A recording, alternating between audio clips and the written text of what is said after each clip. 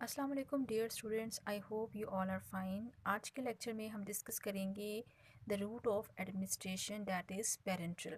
इससे पहले हमने जो लेक्चर दिया था उसमें हमने स्टडी किया था कि ओरल रूट क्या होता है, सबलिंगुअल रूट क्या होता है और उनके एडवांटेजेस क्या हैं, और साथ साथ हमने उनके डिसएडवांटेजेस भी देखे थे कि जब हम इन रूट्स के ज़रिए से मेडिसिन को इस्तेमाल करते हैं तो उससे हमें क्या क्या फ़वाइद और नुकसानात होते हैं। आज के लेक्चर में हम डिस्कस करेंगे पेरेंटल रूट के बारे में। पेरेंटल रूट बेसिकली आपका एक ऐसा तरीका है ख़ुराक को लेने का जिसमें आप ड्रग को इंजेक्शंस की फॉर्म में बॉडी के अंदर इंसर्ट करते हैं। जी, जो भी चीज़ आप इंजेक्शन की फॉर्म में बॉडी के अंदर इंसर्ट करेंगे, वो जो रूट है दवाई को इनटेक करने का, उसको आप पेरेंटल रूट कहते हैं। आपकी किताब कहती है कि जनाब parenteral administration, administration mean enter करना, बॉडी के अंदर दाखिल करना। So parenteral administration is used for drugs that are poorly absorb from the GIT. यानी आप इंजेक्शंस कब इस्तेमाल करते हैं? आप इंजेक्शंस उन दवाइयों के लिए इस्तेमाल करते हैं, वो दवाइयाँ जो कि अगर आप मुंह के ज़रिए से लेंगे या आप उनको सबलिंगुअल लेंगे यानी ज़बान के नीचे से रख कर इस्तेमाल करेंगे, तो वो आपकी गैस्ट्रो इंटेस्टिनल ट्रैक से, जो कि आपके मुंह से लेकर आपकी छोटी आंत और बड़ी आंत तक का रास्ता है, उसमें दवाइयाँ हज़म नहीं होती, जज्ब नहीं होती, डिस्ट्रीब्यूट नहीं होती। तो उन दवाइयों के लिए फिर आप ओरल रूट या सबलिंगुअल रूट इस्तेमाल नहीं कर सकते। देन आप उस तरह की दवाइयों के लिए फिर आपके पास एक ही ऑप्शन बचता है कि आपने उन दवाइयों को पेरेंटल रूट के ज़रिए से इस्तेमाल करना है, यानी आपने उनको इंजेक्शंस के ज़रिए से इस्तेमाल करना है। क्योंकि अगर आप उनको ओरल देंगे तो वो आपकी बॉडी में अब्जॉर्ब भी नहीं होंगी, और जब तक कोई भी ड्रग बॉडी में अब्जॉर्ब नहीं होती, आपको पता है कि वो अपना काम, अपना एक्शन शो नहीं करती और जो भी आपकी तकलीफ़ है उसको ख़त्म नहीं कर सकती। सो फर्स्ट प्रायोरिटी हमारी यही होती है कि अगर सिम्टम्स माइल्ड हैं यानी हल्का फुल्का सा इन्फेक्शन है तो आप उसके लिए ओरल मेडिसिन का इस्तेमाल करें। लेकिन कुछ दवाइयाँ ऐसी होती हैं कि आप उनको अगर मुंह के ज़रिए देंगे, ओरली देंगे, तो वो काम नहीं करती। फिर उनके लिए हमें जो आपका पेरेंटल रूट है वो इस्तेमाल करना पड़ता है। उन्होंने आगे एक मेडिसिन का नाम भी लिखा हुआ है, डेट इज़ हेपरिन, जिसको आप एज आईवी ही इस्तेमाल करते हैं, यानी इसको आप पेरेंटल रूट के तौर पर इस्तेमाल करते हैं। And for the agents that are unstable in the GIT, जैसे कि इंसुलिन। इंसुलिन कभी भी आप ओरल नहीं देते, इंसुलिन हमेशा आप पेट के अंदर लगाते हैं, सिरिंज की सूरत में आप लगाते हैं। डायबिटीज़ के पेशेंट को लगाई जाती है और इसको आप इंट्रा पेरिटोनियल लगाते हैं, यानी पेट के अंदर इसको इंसर्ट किया जाता है। उसकी वजह ये होती है कि अगर आप इंसुलिन को मुंह के ज़रिए से इंसर्ट करेंगे पेशेंट के अंदर, या आप उसको टॉपिकली अप्लाई करेंगे स्किन के ऊपर, तो ये आपकी स्किन के अंदर एब्जॉर्ब नहीं होती। और अगर आप इसको मुंह के ज़रिए से खाने की कोशिश करेंगे तो ये जीआईटी के अंदर एब्जॉर्ब नहीं होती। जब तक ड्रग एब्जॉर्ब नहीं होती वो अपना काम शो नहीं करती, लिहाजा आप इसको ओरल इस्तेमाल नहीं कर सकते। सो अब आपकी मजबूरी है कि आपने इस दवाई को पेरेंट्रल ही लगाना है।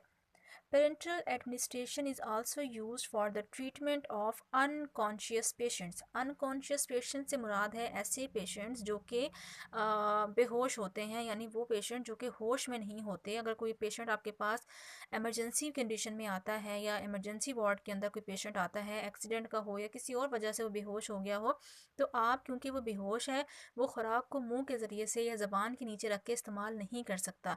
लिहाजा अब आपकी मजबूरी है कि जो पेशेंट बेहोश हालत में है, आपने उसके लिए जो पेरेंटल रूट है वही इस्तेमाल करना है। And the patients that are under the situations that require a rapid onset of action. दूसरी कंडीशन ये है कि आपके पास कोई ऐसा पेशेंट आया है जिसकी कंडीशन बहुत ज़्यादा ख़राब है। ठीक है जी, सपोज़ करें कोई एक्सीडेंट का पेशेंट आ गया है या कोई हार्ट अटैक का पेशेंट आ गया है, उसकी कंडीशन बहुत ज़्यादा ख़राब है, तो इस सूरत में आप ओरल दवाइयाँ नहीं देते। वजह क्या होती है? वजह ये होती है कि हमने पहले पढ़ा है कि जब आप ओरल मेडिसिन देते हैं तो ओरल मेडिसिन जो होती हैं वो बहुत देर से जाकर आपकी बॉडी में अब्जॉर्ब होती हैं, यानी उनका जो एक्शन है उसमें टाइम लगता है, 15 मिनट, 20 मिनट, 25 मिनट का टाइम दवाई को लगता है अपना काम शो करने में। उसके बाद आपकी तकलीफ़ जो है वो ख़त्म होती है। लेकिन अगर कोई सीवियर पेशेंट आपके पास आया है जो मरने के करीब है, तो इस सूरत में आप इतना ज़्यादा वेट नहीं कर सकते कि आप 20-25 मिनट का वेट करें कि दवाई उसके अंदर जाए और अपना काम करे।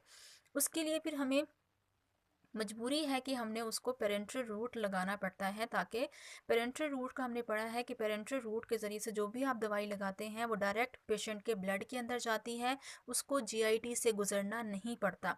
जब उसको जीआईटी से गुजरना नहीं पड़ता तो उसको फ़र्स्ट पास इफ़ेक्ट का सामना भी नहीं होता।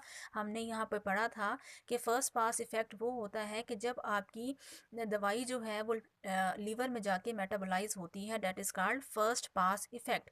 जितनी दवाइयाँ आप ओरल इस्तेमाल करते हैं वो फर्स्ट पास इफ़ेक्ट के अंदर जाती हैं, यानी कि वो काम करने से पहले काफ़ी हद तक मेटाबोलाइज हो जाती हैं, उनकी काफ़ी मिकदार बॉडी में ख़त्म हो जाती है, वो काम करने के काबिल नहीं रहती। लेकिन जो दवाइयाँ आप आईवी लगाते हैं या पेरेंट्रल रूट के ज़रिए से लगाते हैं वो फर्स्ट पास इफ़ेक्ट के अंदर नहीं जाती। यही वजह है कि वो बॉडी के अंदर जितनी मिकदार में आपने दवाई इंसर्ट की है वो सारी की सारी दवाई उसी मिकदार में बॉडी के अंदर मौजूद रहती है, और वो मौजूद रहती है और फौरी तौर पर अपना काम शो करती है, एक्शन शो करती है, और विद इन सेकेंड्स या विद इन 2 to 3 मिनट्स आपको दवाई का असर जो है वो मिलना शुरू हो जाता है। और जो पेशेंट एमरजेंसी सिचुएशन में है या जो बेहोश हालत में पेशेंट आपके पास आया है उसको आप पेरेंट्रल मेडिसिन के ज़रिए से या parenteral route of drug administration के ज़रिए से आप ट्रीट कर सकते हैं। सो ये आपसे वाइवा में पूछा जा सकता है कि पेरेंट्रल रूट हम किस कंडीशन में लगाते हैं, तो आप बता सकते हैं कि अगर पेशेंट बेहोश हुआ हुआ है तब आपको पेरेंट्रल रूट ही लगाना है, या दूसरी कंडीशन ये है कि अगर पेशेंट आपके पास जो आया है वो वो जो है बहुत स्वेयर हालत में है, बहुत उसकी तबीयत ख़राब है, उसके लिए आप इंतज़ार नहीं कर सकते, तो उस कंडीशन में भी आप उसको पेरेंट्रल रूट के ज़रिए से ही मेडिसिन अप्लाई करेंगे। उसके बाद आ जाता है कि जनाब पेरेंट्रल रूट कितने होते हैं और किस किस तरह से आप इंजेक्शन की सूरत में दवाई को पेशेंट के अंदर इंसर्ट कर सकते हैं। इन्होंने यहाँ पे कुछ पेरेंट्रल रूट्स के नाम बताए हैं कि पहला जो रूट है वो है इंट्रावीनस। इंट्रावीनस क्या होता है कि वेन के अंदर, रग के अंदर जब आप इंजेक्शन लगाते हैं, that is called intravenous route of drug administration. ये जो आपको ब्लू कलर्स की लाइंस नज़र आ रही हैं, दीज आर द, ये जो आपको नज़र आ रही हैं दीज आर द वेंस, ठीक है। इन वेंस के अंदर जब आप कोई भी ड्रग दाखिल करते हैं तो इस तरह का जो रूट होता है that is called intravenous route of drug administration. Veins सिर्फ और सिर्फ आपके हाथ में नहीं होती बल्कि पूरी बॉडी में जहाँ पर भी आपको नीले रंग की उभार नज़र आते हैं वो आपकी वेंस होती हैं। और वेंस में जो इंजेक्शन लगाया जाता है वो बहुत स्लोली लगाया जाता है।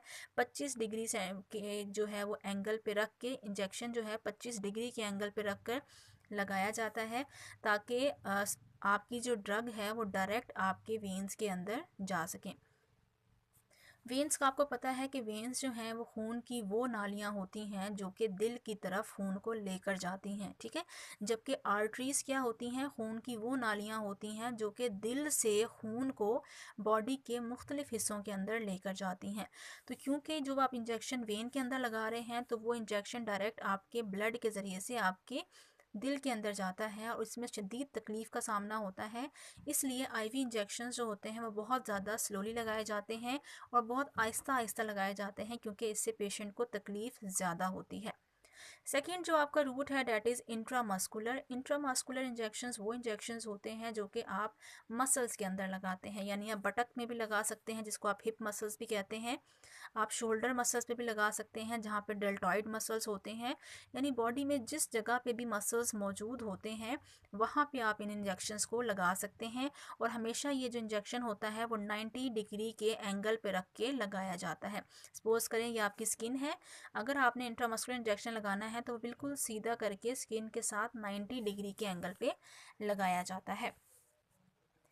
तीसरा जो आपका रूट आता है that is intradermal root. Dermis का मतलब होता है skin, intra mean under. Skin के अंदर जो इंजेक्शन लगाया जाता है, स्किन के नीचे जो इंजेक्शन लगाया जाता है, उस इंजेक्शन को आप कहते हैं इंट्राडर्मल इंजेक्शंस। और उसके लिए जो आपको एंगल रखना होता है वो है 10 to 15 डिग्री का जो है आपको एंगल एडजस्ट करना पड़ता है, तभी आपका जो इंजेक्शन है वो डर्मस के अंदर जाके लगता है। क्योंकि आपको पता है कि स्किन की लेयर्स होती हैं, डर्मस होती है, एपिडर्मस होती है, एंडोडर्मस होती है, तो इंतहाई केयरफुली ये इंजेक्शन जो हैं वो आपको लगाने पड़ते हैं। उसके बाद आ जाते हैं ठीक है जी। सो इंट्राडर्मल में आपने डर्मस के अंदर यानी जो स्किन की लेयर है डर्मस, उसके अंदर जाके इंजेक्शन जो है वो इंसर्ट करना होता है। जबकि सबकुटेनियस क्या होता है? सबकुटेनियस का मतलब होता है स्किन के नीचे, अंडर द स्किन। बच्चे इस चीज़ को कंफ्यूज कर देते हैं कि इंट्राडर्मल और सबकुटेनियस में क्या फ़र्क है। जब आप इंट्राडर्मल इंजेक्शन लगाते हैं तो स्किन की जो पहली लेयर है जिसका नाम होता है डर्मस, उसके अंदर इंजेक्शन लगाया जाता है। जबकि सबकुटेनियस के अंदर स्किन की बिल्कुल नीचे की जो लेयर्स होती है उससे भी नीचे यानी 3 लेयर्स के बाद इंजेक्शन लगाया जाता है। वहाँ से आपके सेल्स और टिश्यू स्टार्ट हो जाते हैं, मसल स्टार्ट हो जाते हैं। तो जो सबकुटेनियस इंजेक्शन होता है वो स्किन के बिल्कुल नीचे लगाया जाता है, जबकि जो इंट्राडर्मल इंजेक्शन होता है वो जो स्किन की मेम्ब्रेन है जिसका नाम डर्मस होता है उसके अंदर जाके लगाया जाता है। ये बहुत थोड़े थोड़े से फ़र्क होते हैं। अगर आप इंट्राडर्मस इंजेक्शन सबकुटेनियस लगा दें तो भी नुकसानदेह है, सबकुटेनियस इंजेक्शन इंट्राडर्मल लगा दें तो भी नुकसानदेह होता है। तो ये बहुत माइनर सा फ़र्क होता है, बहुत थोड़ा सा डिस्टेंस होता है इंट्राडर्मल और सबकुटेनियस का। इसकी प्रैक्टिस से ही ये चीज़ आपको समझ आती है कि आपने कौन सा इंजेक्शन सबकुटेनियस जब लगाना है तो कितने एंगल पे रख के लगाना है और कितना डाउन, कितना नीचे जाके स्किन के लगाना है। और अगर आपने इंट्राडर्मल लगाना है तो उसके लिए फिर आपको किस एंगल पे इंजेक्शन को फिक्स करना पड़ता है। तमाम चीज़ें आपको प्रैक्टिस से आएंगी। इस लेवल पे सिर्फ आपको पता ही होना चाहिए कि इन टर्मिनोलॉजीज़ के मतलब क्या हैं, कि सबकुटेनियस का मतलब क्या है, इंट्रामस्कुलर का मतलब क्या है, इंट्रावीनस का मतलब क्या है। उसके बाद जो आपका रूट आ जाता है डैट इज़ इंट्रापेरिटोनियल। इंट्रापेरिटोनियल का मतलब होता है कि जनाब पेट के अंदर इंजेक्शन को इंसर्ट करना इस कॉल्ड इंट्रापेरिटोनियल। जैसे कि इंसुलिन, इंसुलिन हमेशा आप पेट के अंदर लगाते हैं, उसका एक स्पेसिफिक डायरेक्शन होती है, एक स्पेसिफिक एंगल होता है, उसी में ही आपको लगाना पड़ता है क्योंकि उस ड्रग की अब्जॉर्प्शन जो है वो उसी रूट के ज़रिए से होती है। सो इंट्रापेरिटोनियल इज़ एब्डोमेन यानी पेट के अंदर जो इंजेक्शन लगाया जाता है। फिर है जनाब इंट्रा आर्टीरियल इंजेक्शंस क्या होते हैं। आर्टीरियल इंजेक्शन जो है वो लफ्ज़ निकला है आर्टरीज से।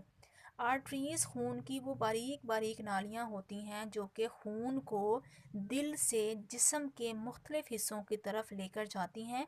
जब भी आपने कोई सर्जिकल प्रोसेस परफॉर्म करना होता है जिसमें बॉडी पूरी तरह से ओपन होती है, वहाँ पे आपको आर्टरीज प्रॉपर नज़र आ रही होती हैं। तो इस तरह के जो इंजेक्शंस होते हैं वो मोस्टली सर्जिकल प्रोसेसेस के दौरान जो हैं वो लगाए जाते हैं। नॉर्मली इंट्रा आर्टीरियल इंजेक्शन जो हैं वो आम पेशेंट को नहीं लगाए जाते। देन आपके पास आ जाते हैं इंट्रा कार्डिक इंजेक्शंस। ये वो इंजेक्शंस होते हैं जो कि दिल के अंदर लगाए जाते हैं, यानी जब किसी का बाईपास करना है या हार्ट ट्रांसप्लांट करना है या इस टाइप का जो भी आपको दिल से रिलेटेड सर्जरी करनी है तो उस दौरान जब दिल के अंदर इंजेक्शन लगाया जाएगा that is called intra cardiac injections. Then आपके पास आ जाते हैं जनाब इंट्राथीकल इंजेक्शंस। इंट्राथीकल इंजेक्शंस ऐसे इंजेक्शंस होते हैं जो कि आप स्पाइनल कॉर्ड के अंदर लगाते हैं। स्पाइनल कॉर्ड क्या होती है? रीढ़ की हड्डी। ये कहाँ होती है? आपकी जो कमर है उसके उसके अंदर रीढ़ की हड्डी मौजूद होती है। सो अगर आप रीढ़ की हड्डी या स्पाइनल कॉर्ड के अंदर कोई इंजेक्शन लगाते हैं उसको आप इंट्राथीकल इंजेक्शंस कहते हैं। ठीक है जी। ये मोस्टली जब सी सेक्शन होते हैं तो उसमें भी जो थीकल इंजेक्शंस होते हैं वो प्रेग्नेंट वुमेन को लगाए जाते हैं जिससे उसको बेहोश होने में हेल्प मिलती है। उसके बाद आपके पास आ जाते हैं जनाब इंट्रा आर्टिक्यूलर इंजेक्शन और इंट्रा जॉइंट इंजेक्शन। जॉइंट का लफ्ज़ आपको बता रहा है कि ये जो हैं ये आपके जोड़ों के अंदर लगाए जाते हैं, जैसे कि घुटने का जोड़ हो गया, आपके जो शोल्डर्स का जोड़ होता है, इसके अलावा जो आपकी कोहनी होती है उसका जोड़ होता है। इन जोड़ों के अंदर जो इंजेक्शंस लगाए जाते हैं इनको आप इंट्रा आर्टिक्यूलर या जॉइंट इंजेक्शंस जो है वो कहते हैं। ठीक है जी। सो आर्टरीज, इंट्रा आर्टीरियल और आर्टिक्यूलर ये दो डिफरेंट टर्म्स हैं, बच्चे इसको मिक्स कर देते हैं। आर्टीरियल से मुराद है खून की वो नाली जो कि खून को दिल से जिस्म तक लेके जाती है। उस नाली के अंदर अगर आप इंजेक्शन लगा रहे हैं तो वो आर्टरीज के अंदर लगा रहे हैं। आर्टिक्यूलर का मतलब होता है इन द जॉइंट्स, यानी कि आप जोड़ों के अंदर इंजेक्शन अप्लाई कर रहे हैं। लास्ट जो आपका रूट है एडमिनिस्ट्रेशन का that is intra bone marrow. अब बोन मैरो क्या होता है? बोन मैरो बेसिकली आपकी बॉडी के अंदर मौजूद स्टेम सेल्स होते हैं। ये ऐसे स्पूंजी सेल्स होते हैं जो कि आपका रेड ब्लड सेल्स पैदा करने में हेल्प करते हैं। बेसिकली ये सेल्स की एक ख़ास नाम है, कुछ ख़ास स्पूंजी सेल्स होते हैं, उन सेल्स का नाम होता है बोन मैरो। और इन सेल्स की प्रॉपर्टी ये होती है कि ये आपके रेड ब्लड सेल्स को बनाने की सलाहियत रखते हैं। ठीक है जी, इनको आप स्पॉन्जी टिश्यूज़ भी कह सकते हैं, क्योंकि आपको पता है कि जब बहुत सारे सेल्स इकट्ठे होते हैं तो वो टिश्यूज़ बनाते हैं। सो बोन मैरो आपके स्पॉन्जी सेल्स हैं या स्पॉन्जी टिश्यूज़ हैं जो कि आपके रेड ब्लड सेल्स पैदा करने की सलाहियत रखते हैं। इन सेल्स के अंदर या इन टिश्यूज़ के अंदर जब आप इंजेक्शंस को अप्लाई करते हैं तो इन इंजेक्शंस को आप कहते हैं इंट्रा बोन मैरो इंजेक्शंस। और ये इंजेक्शंस भी मोस्टली आपको बहुत कम देखने में मिलते हैं। मोस्टली सर्जिकल प्रोसेस के दौरान जो है इनको अप्लाई किया जाता है। द थ्री, ये ट्री नहीं है, द वर्ड इज थ्री, तीन। ठीक है, जिसको आप ठीक कर लेंगे, this is three, THREE। The three major parenteral routes are intravenous. जो तीन मोस्टली यूज़ होने वाले रूट्स हैं ड्रग एडमिनिस्टर के, वो हैं जनाब इंट्रावीनस, जिसको आप वेन के अंदर लगाते हैं, इंट्रामस्कुलर, जिसको आप मसल्स के अंदर लगाते हैं, एंड द सबकुटेनियस, जिसको आप स्किन के बिल्कुल नीचे लगाते हैं या अंडर द स्किन लगाते हैं। ये तीन रूट ऐसे हैं जो कि नॉर्मली आप इस्तेमाल करते हैं मोस्ट ऑफ द पेशेंट के केसेस में। बाकी जो रूट हैं वो स्पेसिफिक होते हैं कि कुछ स्पेसिफिक कंडीशंस के अंदर ही आपने इस्तेमाल करने होते हैं, सबके अंदर ये चीज़ें आप इस्तेमाल नहीं करते। फिर आ जाता है कि आप जो पेरेंट्रल रूट इस्तेमाल कर रहे हैं उसका फ़ायदे क्या होते हैं। अब हम क्यों पेशेंट को पेरेंट्रल रूट लगा रहे हैं? सबसे बड़ा फ़ायदा तो ये है कि drug get to the site of the action more rapidly, क्योंकि हमें पता है कि ये ड्रग जो आप किसी भी इनमें से किसी भी रूट के ज़रिए से लगाते हैं वो डायरेक्ट ब्लड के अंदर जाती है। जैसे ही ब्लड के अंदर जाती है तो उसको GIT से गुजरना नहीं पड़ता, उसको GIT से गुजरना नहीं पड़ता तो उसको फर्स्ट पास इफ़ेक्ट का सामना नहीं होता। ड्रग फौरी तौर पर अपना इफ़ेक्ट शो करती है, तेज़ी से अपना रिस्पॉन्स शो करती है, और इमरजेंसी कंडीशन के अंदर आप इसको इस्तेमाल करते हैं क्योंकि आपको पेशेंट को फौरी तौर पर ठीक करना होता है। तो उसके लिए सबसे बेहतर रूट जो है वो आपका पेरेंट्रल रूट है।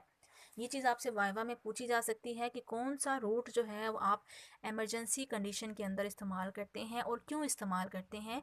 सो एमरजेंसी कंडीशन के अंदर हम पेरेंट्रल रूट इस्तेमाल करते हैं, और इसलिए इस्तेमाल करते हैं कि इस कंडीशन में जो ड्रग होती है वो 100% ब्लड के अंदर जाती है और बहुत तेज़ी से ब्लड के अंदर जाकर अपना काम जो है वो शो करती है। दरमियान में कोई भी चीज़ इसके रास्ते में रुकावट का बाइस नहीं बनती। दूसरी जो इसका फ़ायदा है वो ये है कि dose can be more accurately delivered. हमने पहले लेक्चर्स में ये बात की है कि जो आप पेरेंट्रल रूट इस्तेमाल करते हैं उसमें ड्रग की बायो अवेलेबिलिटी 100% होती है। यानी अगर आपने 1 ml का इंजेक्शन लगाया है तो 1 ml आपके ब्लड के अंदर जाकर आपको फ़ायदा पहुंचाएगा। रास्ते में कोई भी चीज़ इसको ख़राब नहीं करती, लिहाजा पूरी की पूरी जो डोज़ है दवाई की वो आपकी बॉडी तक पहुंच जाती है। तीसरा फ़ायदा ये है कि suitable for the drugs that are not absorb from the GIT। बहुत सारी दवाइयाँ ऐसी हैं कि अगर आप उनको GIT के ज़रिए से देंगे तो वो रास्ते में ही तबाह हो जाती हैं, ख़त्म हो जाती हैं, काम करने की सलाहियत खो देती हैं। लिहाजा वो दवाइयाँ जो कि GIT के रास्ते में ख़राब हो सकती हैं, उन पे एंजाइम्स, उन पे एसिड और बाकी प्रोटीन्स वगैरह उन पे अटैक करके उनको ख़राब कर सकते हैं, तो इन दवाइयों को भी आप पेरेंट्रल रूट के ज़रिए से दे सकते हैं। अब हम देख लेते हैं कि इनकी डिसएडवांटेजेस क्या हैं कि जब आप पेरेंट्रल रूट इस्तेमाल करते हैं तो उससे आपको क्या क्या नुकसानात हो सकते हैं। पहला नुकसान जो आपको आता है वो है कि more rapid absorption can lead to increase adverse effect.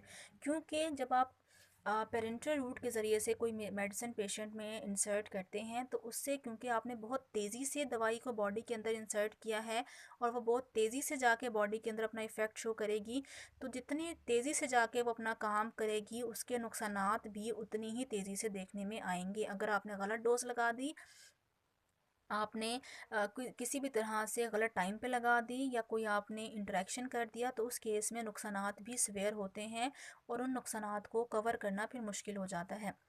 Local irritation में occur at the site of injection, जाहिर सी बात है जिस जगह आप इंजेक्शन लगाएंगे वहाँ पे आपको इरिटेशन होगी, आपको तकलीफ़ होगी, चाहे आप वेन के अंदर लगाएं, मसल के अंदर लगाएं, सबकुटेनियस लगाएं, पेशेंट को तकलीफ़ का सामना जो है, इरिटेशन का सामना जो है वो करना पड़ता है।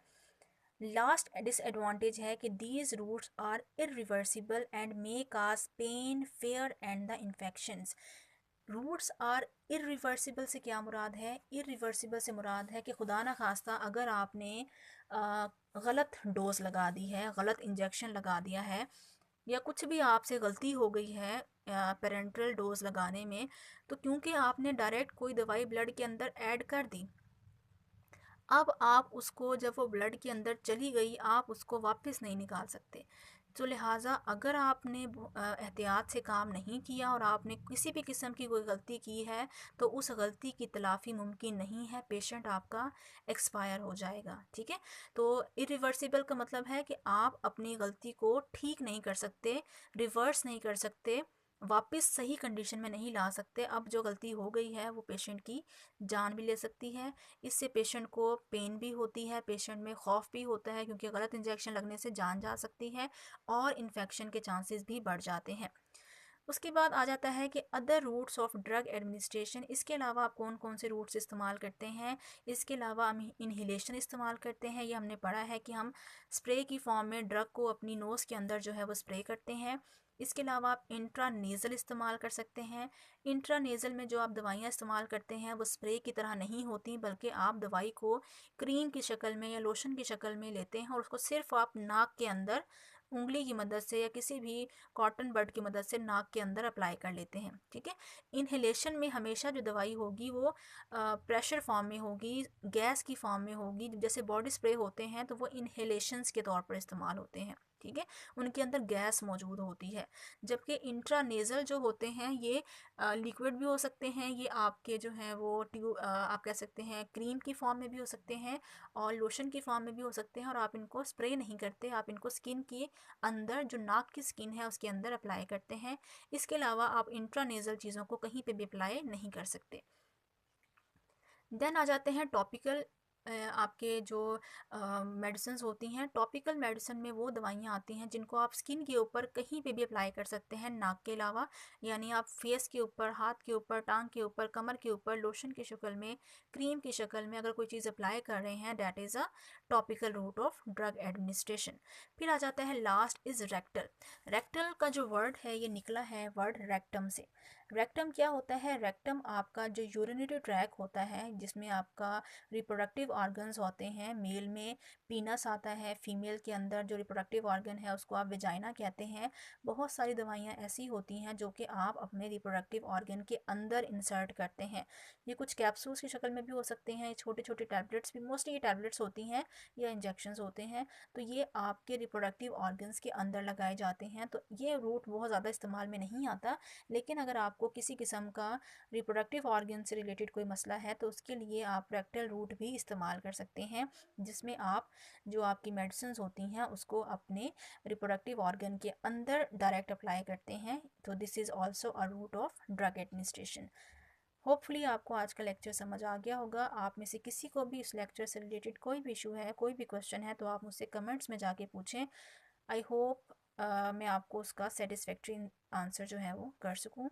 नेक्स्ट हम करेंगे ड्रग की एब्जॉर्प्शन इंशाल्लाह कल के लेक्चर में। ठीक है जी, बहुत शुक्रिया, अल्लाह हाफ़िज़।